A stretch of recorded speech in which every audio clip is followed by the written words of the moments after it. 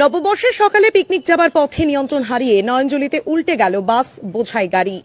পহেলা জানুয়ারি আজ ঘটনাটি ঘটেছে কোচবিহার 2 নম্বর ব্লকের মধুপুর অঞ্চলের কালপানি এলাকায়। যদিও এখনো পর্যন্ত হতাহতের কোনো খবর মেলেনি, তবে কয়েকজনকে উদ্ধার করে ইতিমধ্যেই হাসপাতালে পাঠানোর কাজ শুরু হয়েছে। ঘটনাস্থলে পৌঁছেছে পুলিশ। প্রত্যক্ষদর্শী এবং স্থানীয়দের বক্তব্য অনুযায়ী জানা গিয়েছে বাসটি পিকনিকের উদ্দেশ্যে যাচ্ছিল কোচবিহার 1 নম্বর ব্লকের অন্তর্গত মোয়ামারি অঞ্চলে ধর্মের বাজার থেকে গরুবাথানের উদ্দেশ্যে রওনা দেওয়ার পর কিছু দূর এই মধুপুর অঞ্চলের কালাপানি ভূতকুড়া নামক একটি নয়নজলিতে উল্টে যায়। শব্দ শুনে দৌড়ে আসেন স্থানীয় মানুষজন। শুরু হয় উদ্ধার কাজ। বছরের প্রথম দিন এই ধরনের ঘটনায় ব্যাপক চাঞ্চল্যের সৃষ্টি হয়েছে সংশ্লিষ্ট এলাকায়।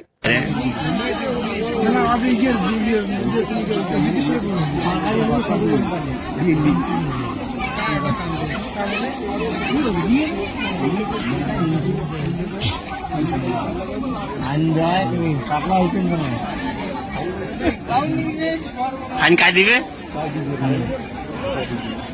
ড্রাইভার ফাইন দেয়।